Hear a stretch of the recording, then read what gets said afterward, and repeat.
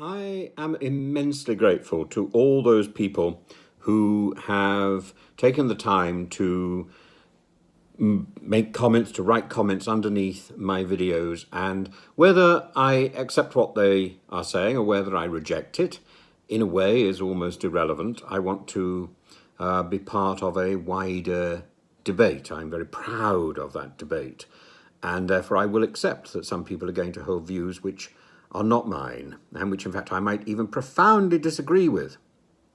But some of those views I think I need to challenge here, and it's probably best to do so. Actually, there's quite a number of them, and I thought I'd start today as much as I can. And do by all means come back to me and say, this is a pile of codswallop, as I'm sure you don't have any, you don't need any encouragement to do this, but please do. Again, the debate is something that we should have. And I think one of the problems that we've got at the moment is people have got into the habit of sloganizing rather than thinking. And, you write something, do you really think this, or is this some sort of passionate rant? And if you want to do a passionate rant, by all means do. But be aware that it is just a passionate rant. But if you want to take things seriously, want to examine what's going on, let's examine it. So let's look at three things. The first thing is Ukraine? All these points are about Ukraine and Russia. So, is Ukraine a colony of Russia? Does Ukraine as a country really exist? So, the pro-Kremlin group often claim that Ukraine isn't a real country. And the Ukrainian war is really an act of decolonization. Ukraine is escaping the Russian yoke. Russians feel insulted, threatened, diminished by this, and they are therefore driven to strike at them with weapons, with words. Hence the poo-pooing of Ukrainian statehood and the constant claims of Russian greatness, the Russia patronizingly says that Ukraine isn't a real country, it was made up of gifts from the Soviet Union. But that argument in itself, doesn't it disprove itself? If Ukraine was created by Russia, then it is a real country. It was created by Russia. It was built up by Russia, and so Russia can claim it back. Putin claims that Russia gave Ukraine identity. He also claims that Ukraine is part of the Russian spiritual space. So if it's part of the Russian spiritual space, why is he creating a war in it? He claims it has to be subjected, controlled. Many Russians cannot accept Ukrainian statehood because it literally reduces the scale and the prestige of their own motherland. Russian identity hails from Kiev Rus, and from the story of Prince Vladimir, who was one of the first to be baptized as a Christian, as an Orthodox Christian. And Orthodox Christianity sees its Russian home in Kiev, not Moscow. It transferred to Moscow later.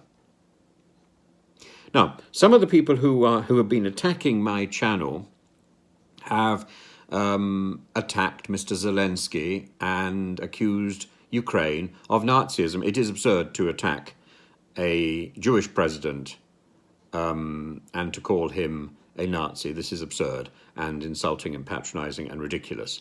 But to accuse Ukraine of Nazism or of tolerating Nazism, first of all, the Nazi groups in Ukraine banded together and tried to get votes through the ballot box, and in fact, as a group, failed. So they are a spent force. They are a no force. Of course they existed. Nobody doubts that. It's in the history books. It's in various statues. But do they define Ukraine today? No. And I think the people who are talking about this miss the point entirely. So, Britain and the West do not stand with Ukraine because we believe the Ukrainian people are angels. We don't. Whether they're angels or devils is irrelevant. It's not the question. In fact, there's been no particularly convincing evidence of either claim. We stand with Ukraine because we stand against overt, unjustified, illegal invasions. The violation of the most important rules that we have that protect our peace. And if, for example, British troops were to go into France, I would stand against those British troops. Because sending foreign troops into another country without that country's invitation is an act of war. And it goes against everything that is agreed by those people who are part of the United Nations. Russia is part of the United Nations. And there have been actions in the past where soldiers have gone into other countries. We can think of Kosovo. But the Kosovo invasion was an invasion to stop genocide, and it was done under the aegis of the United Nations. And even the appalling invasion of Iraq began as an attempt to do it under the aegis of the United Nations. There was no attempt by Russia to bring its concerns to the United Nations. Russia is either part of the United Nations or it's not. And if it is part of the United Nations and it wishes to go against the spirit of the United Nations membership, then it is acting illegally. It's so simple. It's an unjustified, illegal invasion. And it doesn't matter whether Ukraine is behaving in one way or another. It is an invaded country, and therefore it can command our support.